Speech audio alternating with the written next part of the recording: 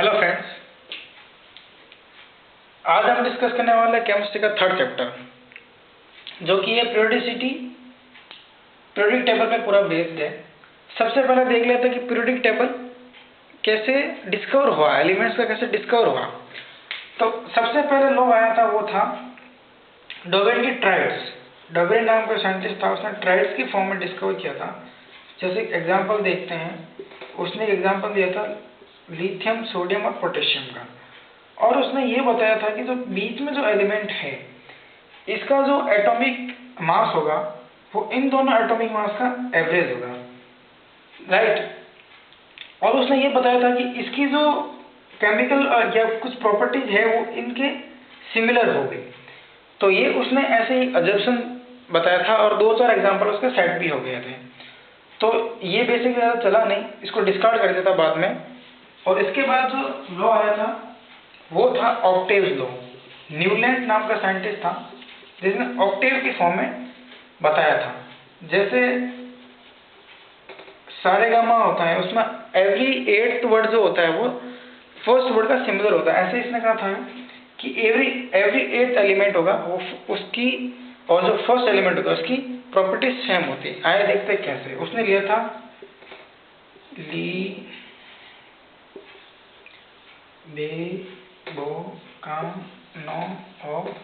First 1 2 3 4 5 6 7 और 8th नी न म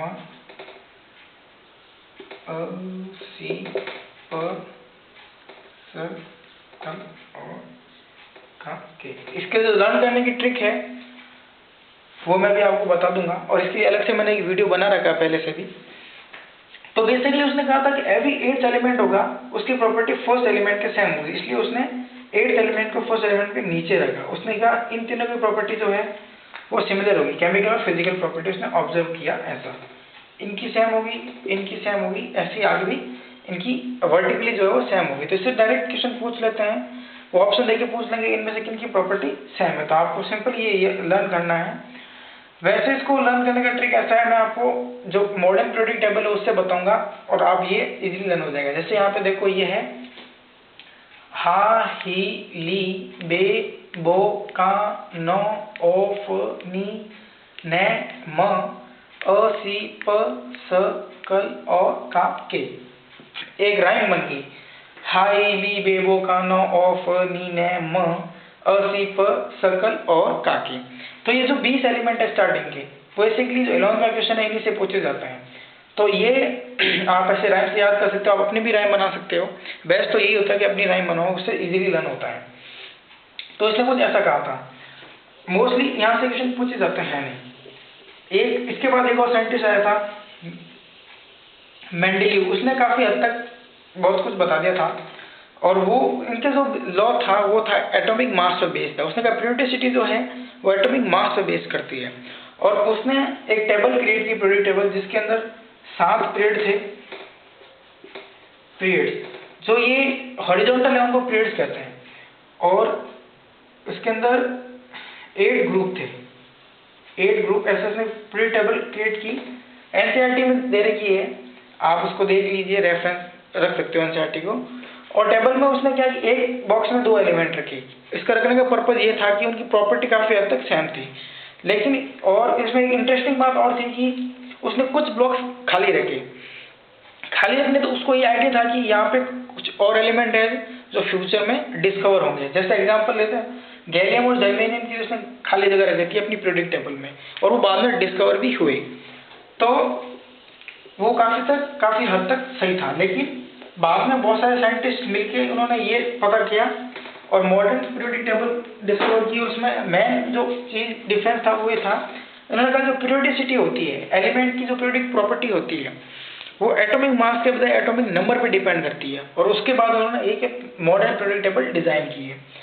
क्वेश्चन मोस्टली यहीं से पूछे जाते हैं, बाकी थ्योरीज में घुसने का कोई मतलब है नहीं।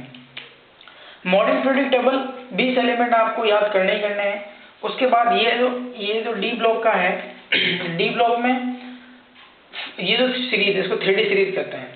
इसको लर्न करने का ट्रिक है, साइंस टीचर विनीता कुमारी मन फे को नी कु जन। ये यहाँ तक तो जिंक तक तो आपको बेसिकली याद करने ही पड़ेंगे, अगर क्वेश्चन इसके बजाय आप क्वेश्चन सॉल्व नहीं कर पाओगे। तो ये जो है इनका ये एटॉमिक नंबर के बेसिस पे ऐसे सीधी सीधी लर्न हो जाएगी। अगर हा ही ली तो हा का 1 हो गया, ही का 2 हो गया, लिथियम का 3 हो गया, बोरॉन का 4 हो जाएगा, और एटॉमिक मास में जस्ट डबल हो जाएगा। एक दो एक्सेप्शन है यहाँ पे, एक एक्सेप्शन है लिथियम, इसका एटॉमिक नंबर है 3 लेकिन मास होता है 7, 6 नहीं होता है। तो ऐसे ही है पोटेशियम, इसका 19 है, 19 टू 38 होता है, लेकिन एटॉमिक मास यहाँ पे 38 ना होकर क्या है 39 है। तो एक दो एक्सेप्शन है यहाँ पे जो आपको लर्न करने हैं, बाकी सीधा सीधा हो जाएगा, ठीक है।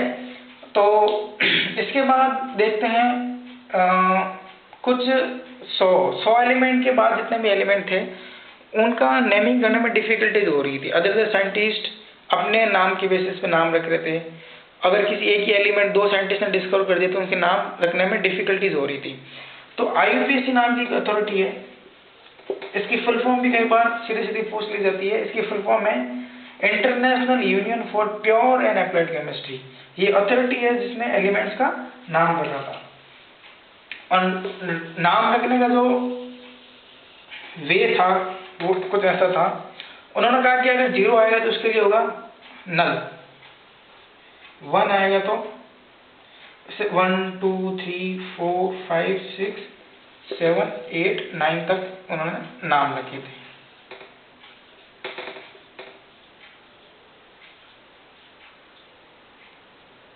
अन 1 के लिए अन, 2 के लिए बाई, 3 के लिए ट्राई, 4 के लिए क्वाड, टेट्रा नहीं आएगा, यहाँ आएगा क्वाड, 5 के लिए पेंट, 6 के लिए हेक्स, 7 के लिए सेप्ट, और 8 के लिए ऑक्ट, और 9 के लिए ईन। ये बेसिकली टेबल है जो आपको याद रखनी है। इससे कैसे नाम डिस्क्राइब होंगे, इन्होंने ऐसा कहा कि अगर कोई नाम अगर मान लो 100 ही मान लें अगर अपन, तो 100 का 1 इसका नाम कैसे रखेंगे, जैसे 1 है, 1 के लिए क्या यूज करते हैं अन, तो सबसे पहले लगा दीजिए अन। अब 0 2 बार है तो 0 के लिए नल, 1 0 तो 1 बार नल, 2 0 तो 1 टाइम और नल, और लास्ट में लगाना है ईएम। ये सब नाम के पीछे लगाएंगे अपन, तो क्या हो गया अन नल नल ईएम। जैसे मान लो 101 है, ये टेबल सीधी सीधी याद हो जाती है और इससे क्वेश्चन कई बार पूछ लेता है। जैसे मान लो मैंने ले लिया 102, तो 1 का क्या हो जाएगा, 1 का हो जाएगा अन, 0 का क्या हो जाएगा नल, 2 का क्या हो जाएगा बाई, और लास्ट में हो जाएंगे ईएम IUM। तो इसका नाम क्या हो जाएगा अन अल बाई एम। ऐसे 104 का हो जाएगा, 1 का क्या हो जाएगा अन, 0 का क्या हो जाएगा नल, 4 का क्या हो जाएगा क्वाड और ईएम, अन नल क्वाडियम। ऐसे नेम जो है बाकी सब आप अब 100 के बाद जितने भी एलिमेंट है उसके नाम ऐसे आप बना सकते हो नेम। तो ये नोमेनक्लेचर की बात होगी। उसके बाद आई कि भाई ये जो एटम्स हैं इनकी रेडियस को कैसे मतलब रेडियस कैसे कैलकुलेट कर सकते हैं, कैसे मेजर कर सकते हैं। तो रेडियस मेजर करने का बेसिक वे है वो है एक्सरे डिफ्रैक्शन मेथड से इनकी रेडियस मेजर करी गई है।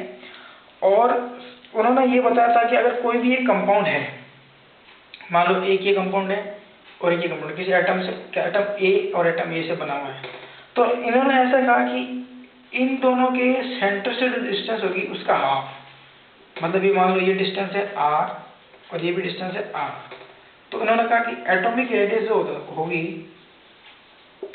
वो क्या होगी r + r/2। अगर इन दोनों को सम करके हाफ कर देगा तो ये रेडियस आ जाएगी। तो उन्होंने कंपाउंड को स्टडी करते हुए ये बताया क्योंकि एक एटम की स्टडी करना बहुत ही मुश्किल काम हो जाता है, बहुत छोटा होता है, इसलिए उन्होंने कंपाउंड लिया और कंपाउंड में जो 2 रेडियस थे उनकी हाफ कर दिए, से एटॉमिक रेडियस पता चल गई। ऐसे ही अगर आयनिक रेडियस की बात कर ले तो आयन होगा, आयन के बीच की जो डिस्टेंस होगी वो आयनिक रेडियस होगी। इन सब की रेडियस ऐसे डिस्कवर की। अब बात आती है कि ये जो है इनर्ट गैस तो कंपाउंड फॉर्म करती है नहीं, इसलिए इनर्ट है। जैसे हीलियम हो गया, नियॉन हो गया, ये सब इनर्ट गैस है। इन सब के बारे में मैंने सेपरेटली वीडियो बना रखा, आप पहले वो देख लीजिए ताकि आपको समझ आए इनर्ट गैस क्या होता है, एलिमेंट के नाम लर्न करने की ट्रिक क्या है। तो इन्होंने बेसिकली अलग से स्टडी किया था और इनको स्टडी किया था वंडर बॉल रेडियस के नाम से। मतलब इनको कंपाउंड के फॉर्म में नहीं मेजर कर सकते, तो वंडर बॉल रेडियस के बारे में लंडन फोर्स, बहुत सारे ऐसे फोर्सेस होते हैं वो आगे आएंगे आपके, उसके बेसिस में इन्होंने इसको डिस्कवर किया था एटॉमिक रेडियस को। बेसिकली जो इनसे क्वेश्चन पूछे जाते हैं इस चैप्टर में जो इम्पोर्टेंट पार्ट है वो मैं आपको अभी बताने वाला हूँ। ये सब तो नॉर्मल से इंट्रोडक्शन था जो आपको याद रखना है। अगर थ्योरी पे चला गया तो बहुत लंबा हो जाएगा चैप्टर, इतना अपने को रखना नहीं है। सिंपली कुछ 2-4 चीजें जो आपको डिस्कस करने वाला हूँ। सबसे पहले यहाँ पे आएगी ionisation enthalpy. Ionisation enthalpy main points है वो मैं आपको बताऊंगा, जिससे जितने भी क्वेश्चन है एनसीईआरटी में, अंदर के पीछे के और एनसीईआरटी के बाहर के जितने भी क्वेश्चन है वो सारे इजीली सॉल्व हो जाएंगे आपके। बाकी थ्योरी तो हर कोई बताता ही है और एनसीईआरटी में आप पढ़ सकते हो। आयोनाइजेशन एंथैल्पी उसको कहते हैं कोई भी एक एटम है उसको आयन में कन्वर्ट करना, या तो पॉजिटिव या फिर नेगेटिव।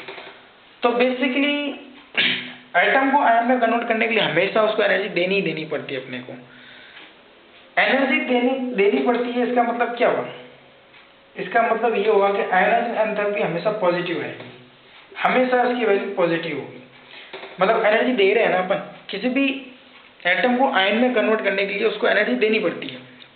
तो एनर्जी दे रहे हैं मतलब कुछ something we add on the any atom, तो एड ऑन करें तो आयोनाइजेशन एंथैल्पी हमेशा पॉजिटिव रहेगी।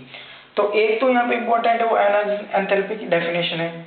दूसरी है कि इसकी वैल्यू हमेशा पॉजिटिव होती है। डेफिनेशन क्या है कि कोई भी एनर्जी किसी एटम में एड ऑन करना उसको आयन में कन्वर्ट करने के लिए, ये सिंपल सी डेफिनेशन है। और इसके बाद एक क्वेश्चन और आ जाता कि आयोनाइजेशन एंथैल्पी जो है, आपको एक एनसीईआरटी में ग्राफ दे रखा है सेकंड पीरियड का, ये हो गया फर्स्ट पीरियड और ये हो गया सेकंड पीरियड। ठीक है, ये आपको चीजें पहले से पता होंगी, अगर नहीं पता है तो उसका सेपरेट वीडियो बना रखा है, उसमें जरूर देखिए आप पहले। ये फर्स्ट पीरियड हो गया, सेकंड पीरियड की एनसीईआरटी में ग्राफ बना रखा है, इसमें तो हल्का सा कुछ वेरिएशन होता है। बेसिकली जो आयोनाइजेशन एंथैल्पी होती है वो साइज के ऑपोजिट होती है। जैसे मान लो साइज की बात कर ले अगर अपन, तो ऊपर से नीचे आने पे साइज बढ़ती है और टॉप टू बॉटम आने में साइज बड़ी होती है, और लेफ्ट टू राइट जाने में साइज छोटी होती है। इसका रीजन ये है कि यहाँ पे जो है इलेक्ट्रॉन एड ऑन होता चला जाता है, लेकिन सेल नंबर सेम ही रहता है। जैसे मान लो ये जो है ये सेकंड पीरियड है, तो सेकंड पीरियड है, इसमें हमेशा सेल वही रहेगा। जैसे मान लो ये एटम है, ये फर्स्ट ऑर्बिटल सेकंड ऑर्बिटल, ये जो सेल है, सेल तो वही रहेगा, इसमें इलेक्ट्रॉन ऐड होते चले जाएंगे। जैसे इलेक्ट्रॉन ऐड होते चले जाएंगे तो इसका अट्रैक्शन जो है न्यूक्लियस की तरफ बढ़ता चला जाएगा। तो न्यूक्लियर चार्ज वो बढ़ता चला जाएगा और ये इसको अट्रैक्ट करेगा तो इसकी साइज छोटी होती चली जाएगी। इफेक्टिव न्यूक्लियर चार्ज इंक्रीज होने की वजह से लेफ्ट टू राइट जाने में साइज छोटी होती है, और टॉप टू बॉटम आने से क्या होता है कि सेल नंबर बढ़ता है। सेल नंबर बढ़ेगा तो अब जो इलेक्ट्रॉन दूर चला जा रहा है, तो इफेक्टिव न्यूक्लियर चार्ज क्या हो गया, डिक्रीज हो गया। डिक्रीज होने की वजह से क्या होता है, इसकी साइज जो है बढ़ गई। एक रीजन और आता है यहाँ पे कि स्क्रीनिंग इफेक्ट और शील्डिंग इफेक्ट। शील्डिंग इफेक्ट क्या होता है, जैसे मान लो यहाँ का कोई पास न्यूक्लियस के पास जो इलेक्ट्रॉन है, ठीक है, और एक दूर है इलेक्ट्रॉन। अब ये इलेक्ट्रॉन क्या करता है, शील्ड करता है इस इलेक्ट्रॉन को इससे अट्रैक्ट होने में। मतलब कि ये जो इलेक्ट्रॉन है इस इलेक्ट्रॉन को न्यूक्लियस से अट्रैक्ट होने से रोकता है, इसको कहता है शील्डिंग इफेक्ट। तो ये इतना अट्रैक्ट नहीं हो पाएगा जितना कि ये अट्रैक्ट हो रहा है, क्योंकि ये रुकावट बन गया है बीच में। तो इसकी साइज अगर अट्रैक्ट नहीं होगा तो दूर जाएगा तो साइज बढ़ेगी, इसलिए ऊपर से नीचे आने में साइज बढ़ती है और लेफ्ट टू राइट जाने से साइज डिक्रीज होती है। तो आयोनाइजेशन एंथैल्पी वो साइज के इनवर्स होता है। इसका मतलब क्या हुआ कि लेफ्ट से राइट जाने पर आयोनाइजेशन एंथैल्पी इंक्रीज होगी। इंक्रीज क्यों हो रही है, क्योंकि साइज छोटी हो रही है। मान लो मैं फ्लोरीन की बात करूँ, फ्लोरीन की साइज छोटी है एज कम्पेयर टू लिथियम, तो मैंने आयोनाइजेशन एंथैल्पी की डेफिनेशन किया कि इलेक्ट्रॉन को बाहर निकालना। तो इसकी साइज छोटी है तो मतलब न्यूक्लियस का अट्रैक्शन ज़्यादा है, अट्रैक्शन ज़्यादा है तो इलेक्ट्रॉन निकालने की एनर्जी ज़्यादा देनी पड़ेगी, इसलिए इसकी आयोनाइजेशन एंथैल्पी ज़्यादा है। ऊपर से नीचे आते साइज बढ़ रही है, मतलब इलेक्ट्रॉन निकालना ईजिली होगा क्योंकि न्यूक्लियस से दूर जा रहा है। अगर दूर जा रहा है तो कम एनर्जी में इलेक्ट्रॉन निकल जाएगा, तो इसलिए आयोनाइजेशन एंथैल्पी ऊपर से नीचे आने पे डिक्रीज होती है। ये थी आयोनाइजेशन एंथैल्पी। इसके बाद अपन अदर एंथैल्पीज देखेंगे। जैसे सेकंड है इलेक्ट्रॉन गेन एंथैल्पी, नाम से पता चल रहा है इलेक्ट्रॉन गेन एंथैल्पी, राइट। इसका मतलब ये होता है कि इलेक्ट्रॉन गेन करने पे कितनी एनर्जी रिलीज हो रही है या फिर एनर्जी एब्जॉर्ब हो रही है, ये डिपेंड करेगा एटम टू एटम, मतलब ये एक्सोथर्मिक भी हो सकती है और एंडोथर्मिक भी हो सकती है। जैसे मैं बात कर दूं लिथियम की या फिर एस ब्लॉक की, जो पहला ये ग्रुप है इसको कहते हैं एल्कली मेटल। एल्कली मेटल जो फर्स्ट ग्रुप है, एस ब्लॉक का फर्स्ट ग्रुप है, उसको कहते हैं एल्कली मेटल। जो एल्कली मेटल है इसकी अगर मैं बात करूं तो इनमें एक इलेक्ट्रॉन होता है एस में होता है 1 इलेक्ट्रॉन, राइट। तो इलेक्ट्रॉन गेन एंथैल्पी, ये इलेक्ट्रॉन एनर्जी को क्या करेंगे, एक इलेक्ट्रॉन देना है अपने को, गेन करना तो देना है। एल्कली मेटल की टेंडेंसी क्या होती है कि वो इलेक्ट्रॉन एक डोनेट करे, क्योंकि डोनेट करने के बाद क्या होता है कि ये स्टेबल नोबल गैस कॉन्फ़िगरेशन को अचीव कर लेते हैं। जैसे मैं यहाँ पे एग्जांपल लेता हूँ सोडियम की, यहाँ पे मैं एग्जांपल लेता हूँ सोडियम का, राइट। अच्छे से देख लेते हैं उसको सब कैसे हुआ ये। मैंने एग्जांपल लिया सोडियम का, ठीक है। सोडियम का एटॉमिक नंबर है 11, तो इसकी इलेक्ट्रॉन कॉन्फ़िगरेशन क्या होगी 1s2 2s2 और 2p6 और 3s1, s1 आएगा। फर्स्ट ग्रुप के जितने भी एलिमेंट है सबके लास्ट में s1 आएगा, 3s1 4s1 5s1 ऐसे बढ़ता चला जाएगा, s1 आएगा। अब देखो ये इलेक्ट्रॉन गेन करने के बजाय इलेक्ट्रॉन लूज करेगा, इलेक्ट्रॉन लूज करके स्टेबल कॉन्फ़िगरेशन आ जाएगी, इसकी स्टेबल नोबल गैस कॉन्फ़िगरेशन आ जाएगी, जो इनर्ट गैस की होती है वो आ जाएगी। तो इसमें अगर अपन इलेक्ट्रॉन एक ऐड करना चाहिए तो अपने को एनर्जी देनी पड़ेगी, तो इसकी इलेक्ट्रॉन गेन एंथैल्पी क्या होगी, पॉजिटिव होगी या फिर कह सकते हैं एंडोथर्मिक होगी, मतलब अपने को एनर्जी देनी पड़ रही है। ये चाहता नहीं कि इलेक्ट्रॉन ले, लेकिन फिर भी अपन अगर दे रहे हैं तो होगी पॉजिटिव। तो अपन ऐसा कह सकते हैं कि जो एस ब्लॉक होती है इसकी होती है एनर्जी पॉजिटिव होती है। जैसे अगर मैं फ्लोरीन की बात करूं, फ्लोरीन के अंदर होते हैं 9 इलेक्ट्रॉन, राइट। 9 है तो यहां से देख लेते हैं 2 4 और यहाँ आ जाएगा 5, 3p5 आएगा, 9 है। अब ये p में एक खाली है तो एक इलेक्ट्रॉन लेके क्या करेगा, स्टेबल कॉन्फ़िगरेशन आ जाएगी p6। तो फ्लोरीन की क्या होगी एनर्जी बहुत ज्यादा। अब क्या है कि स्टेबल एनर्जी, अगर स्टेबल हो रहा है तो एनर्जी रिलीज कर रहा है। मैंने कहा कोई भी चीज अगर स्टेबल होती है तो उसके बाद एनर्जी कम होती है, जिसके बाद एनर्जी कम होती है वो हमेशा स्टेबल होता है, इसलिए ये एक्सोथर्मिक है, क्योंकि इसने इलेक्ट्रॉन लेके स्टेबल हो गया और एनर्जी रिलीज कर दी, इसलिए इसकी एनर्जी जो है नेगेटिव होगी। तो ऐसा कह सकते हैं कि लेफ्ट टू राइट जाने पे इलेक्ट्रॉन गेन एंथैल्पी डिक्रीज होती है या फिर मोर नेगेटिव होती है, और ऊपर से नीचे आने पे एनर्जी मोर पॉजिटिव होती है। तो साइज से रिलेट कर सकते हैं कि यहाँ से यहाँ साइज डिक्रीज हो रही है, मतलब एनर्जी भी electron gain enthalpy more negative हो रही है या फिर डिक्रीज हो रही है, और ऊपर से नीचे आने पर साइज बढ़ रही है तो मोर पॉजिटिव हो रही है, मतलब एनर्जी और ज्यादा देनी पड़ रही है अपने को इलेक्ट्रॉन गेन करवाने में। ये थी इलेक्ट्रॉन गेन एंथैल्पी।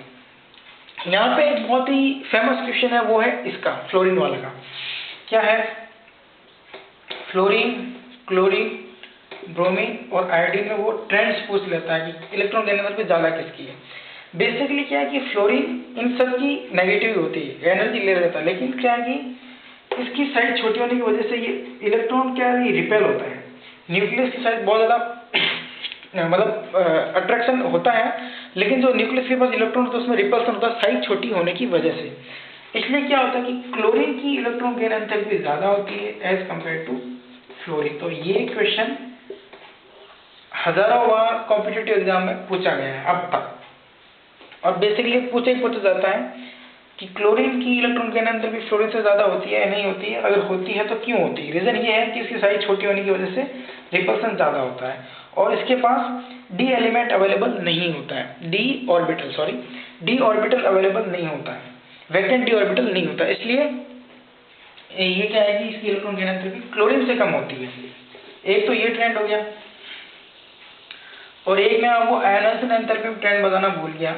जो सेकेंड पीरियड है उसका ट्रेंड है, जैसे मान लो मैंने सिंपल बताया था कि इधर से इधर जाने पर आयनाइजेशन एंथैल्पी जो होती है वो बढ़ती है ना, क्योंकि सारी डिग्रीज हो तो आयनाइजेशन एंथैल्पी बढ़ेगी। लेकिन कुछ एक्सेप्शन है यहाँ पर, जैसे देखते हैं अपन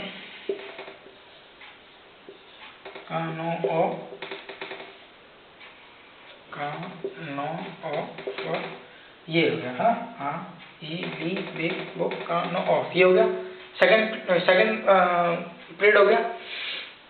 तो सेकंड पीरियड में क्या है कि यहाँ पे P के अंदर तीन इलेक्ट्रॉन आएंगे, P के अंदर आएंगे 2P के अंदर आएंगे 3, ठीक है, और इसमें S है 2। तो बेसिकली क्या है कि ये फुल फील्ड है। अगर आप इसके इलेक्ट्रॉन कॉन्फ़िगरेशन लगेंगे तो P के अंदर आएंगे 3, ये हाफ फील्ड हो गया, और ये S है 2s2 आएगा, 1s2 2s2 ऐसे, इसमें S आएगा 1, इसमें आएगा P1, इसमें आएगा P2, इसमें P3, इसमें P4, इसमें P5, ठीक है। तो सबसे ज्यादा आयनाइजेशन एंथैल्पी मतलब इलेक्ट्रॉन निकालने की, तो हमने कहा था कि जो साइज छोटी है उसकी एंथैल्पी ज्यादा है, तो फ्लोरीन की ज्यादा है, तो ये फ्लोरीन की सबसे ज्यादा। फिर अब क्या है कि ऑक्सीजन की आएगी। अब नेक्स्ट आनी चाहिए थी नाइट्रोजन, लेकिन नाइट्रोजन के अंदर क्या है कि हाफ फील्ड है, और फुल फील्ड और हाफ फील्ड हमेशा स्टेबल होता है। ये अपन चैप्टर सेकेंड में हमने पढ़ा था कि फुल फील्ड और हाफ फील्ड हमेशा स्टेबल होता है। तो यहाँ पे कार्बन की ज्यादा हो जाएगी, किससे? नाइट्रोजन की। अब आगे बात कर लेता हूं मैं बोरोन और बेरिलियम की। इसमें बोरोन की ज्यादा होगी, और यहाँ देखा जाएगा तो आना चाहिए बेरिलियम, आ जाएगा लिथियम, फिर लास्ट में आएगा बेरिलियम। मतलब इसमें 5 वालों से इनकी ज्यादा जाती। क्यों? क्योंकि ये फुल फील्ड है S2, इसमें इलेक्ट्रॉन और आ नहीं सकते, इसमें इलेक्ट्रॉन ऐड नहीं कर सकते, आयनाइजेशन एंथैल्पी इसकी अब नहीं हो सकती ज्यादा, ठीक है। तो इससे लिथियम की ज्यादा होगी, क्योंकि 1 है, एक लेने के बाद ये 2 अचीव कर लेगा। इसलिए ये ट्रेंड जो है ये भी आप सिंपल एनसीईआरटी में ग्राफ की फॉर्म में दे रखा है, लेकिन इसको आप अच्छे से याद कर लेना। ये क्वेश्चन कई बार पूछा जाता है, और ये क्वेश्चन नीट 2019 के अंदर पूछा गया था, 4 मार्क का क्वेश्चन है। आप देख सकते हो ये क्वेश्चन कितना इंपॉर्टेंट है।